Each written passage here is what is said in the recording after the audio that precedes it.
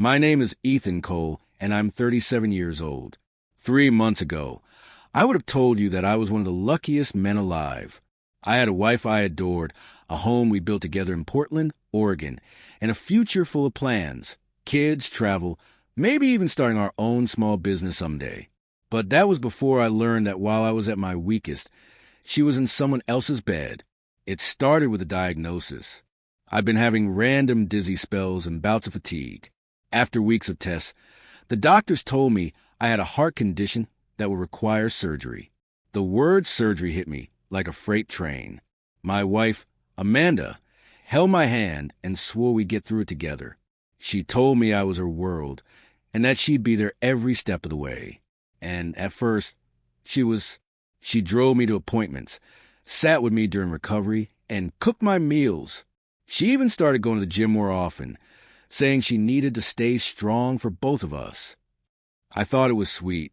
Looking back, I realize now that the gym wasn't about strength.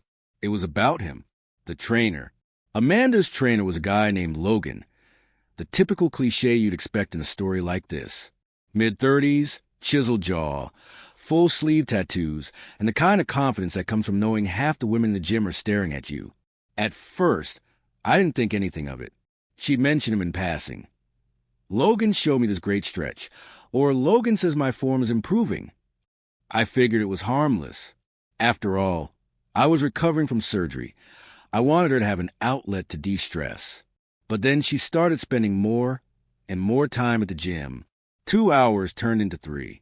Some nights she'd come home flushed and smiling, claiming she'd stayed after to chat with the girls or try out new equipment. About 2 months into my recovery, I noticed she was texting more often and guarded her phone like it was a state secret. One night, after she went to bed, I heard her phone vibrate on the nightstand. I glanced at the screen and saw a preview of a message I can't stop thinking about earlier. The sender? Logan. My stomach sank. My first instinct was denial. Maybe they were just friends and I was reading too much into it. But the sick feeling in my chest told me I already knew the truth. The confrontation that wasn't. The next morning, I asked her about it casually. "Who's Logan texting you at midnight?" I asked, keeping my voice even. She didn't miss a beat. "Oh, it's nothing. He was just sending me a reminder about a training tip. You know how dedicated he is." Her explanation was neat, practiced, rehearsed. But I saw the way her eyes darted away from mine. 2 weeks later, I got my proof. I decided to surprise her by picking her up from the gym after my follow-up appointment. I parked near the back, out of sight, and waited. When she finally emerged, she wasn't alone. There she was, my wife, laughing in that breathless, flirtatious way I hadn't heard directed at me in months. Logan's arm was around her waist. They weren't just walking out together. They were tangled up like they were leaving a hotel room after a weekend away. I froze. Then, as if the universe wanted to twist a knife, they stopped by his car and he kissed her. Not a friendly peck. Not a goodbye hug. A full, lingering, possessive kiss. When I confronted her that night, I expected anger, denial, maybe even tears. What I didn't expect was her reasoning. "You've been so sick, Ethan," she said, her voice trembling, but not with guilt, with self-pity. "I've been so lonely. I needed someone to make me feel alive again." Alive. She said it like my illness had killed the man she married. She even tried to spin it as though I should understand, as though my surgery and recovery had somehow forced her into Logan's arms. I told her to leave. She tried to negotiate, said she'd cut things off with him, said she'd made a mistake. But you don't accidentally end up in bed with your trainer while your husband's recovering from heart surgery. The next morning, I packed her things into garbage bags and left them by the door. She moved in with Logan a week later. It's been 3 months since that night. My health is improving. Physically, at least. I've started going to a different gym, one where nobody knows my story. Some days I'm angry. Some days I'm numb. But every day I'm a little more sure of one thing. She didn't break me.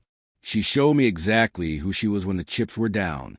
And while she thought my illness would make me weaker, it's actually made me stronger. Because I know now that surviving betrayal isn't just about moving on. It's about refusing to let the person who hurt you define the rest of your life. 2 days after seeing them together, I couldn't sleep. Every time I closed my eyes, I saw that kiss. I kept hearing her voice telling me she needed to feel alive, like I'd been the one slowly killing her. I decided I was done with whispers, done with being a guy who found out and quietly faded into the background. If she was going to disrespect me, I was going to make sure she saw what it looked like when I stopped playing the forgiving husband. So I went to her gym. It was a Wednesday evening. Peak hours. The place was packed, treadmills humming, weights clanging, people chugging protein shakes between sets. I scanned the room until I saw her. Amanda was in the far corner, doing squats. And there he was, Logan, standing far too close, his hand adjusting her posture in a way that looked a hell of a lot more like an embrace than training. I walked straight toward them. Logan was the first to notice me. His confident smirk faltered for just a second before he plastered it back on. "Hey, man," he said, like we were old friends. "Don't hey man me," I said, my voice loud enough to cut through the gym noise. People started to glance over. Amanda turned around, and the color drained from her face. "Ethan," she began, but I cut her off. "You couldn't even wait until I was out of hospital before you started screwing him?" I asked, my voice steady but sharp. A couple of dumbbells clanked to the ground somewhere nearby.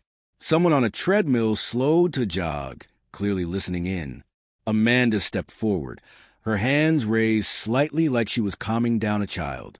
"Ethan, please. This isn't what you think." I laughed. Actually laughed.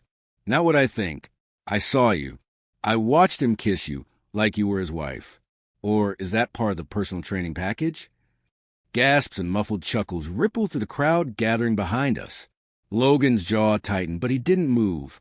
"You don't understand," Amanda said quickly, her eyes darting between me and the growing audience. "I was alone, you were sick, and... Oh, so my illness was your green light to betray me? That's creative. You should pitch that to Hallmark. Love in the time of open-heart surgery." A few people actually laughed out loud at that. Logan speaks. Finally, Logan decided to open his mouth. "Look, man, whatever's going on between you two, it's not really gym business, so..." "Oh, it's gym business now," I interrupted, "because this is where you two met, right? This is where my wife decided her vows didn't mean a damn thing.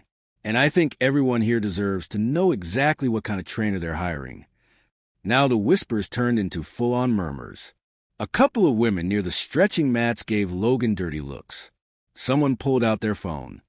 I pulled my wedding ring off and tossed it onto the floor between them.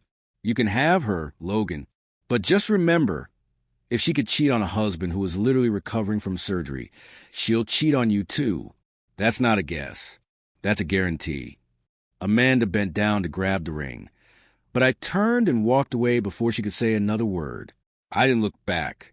The sound of the entire gym watching me leave was all the closure I needed. That video, because of course someone filmed it, ended up making the rounds on social media. It wasn't viral level, but it got enough attention in our local community that Logan's client list started to shrink. Amanda quit the gym within a week. Me, I started a new routine, one where I no longer build my life around people who would rather watch me fall than help me stand.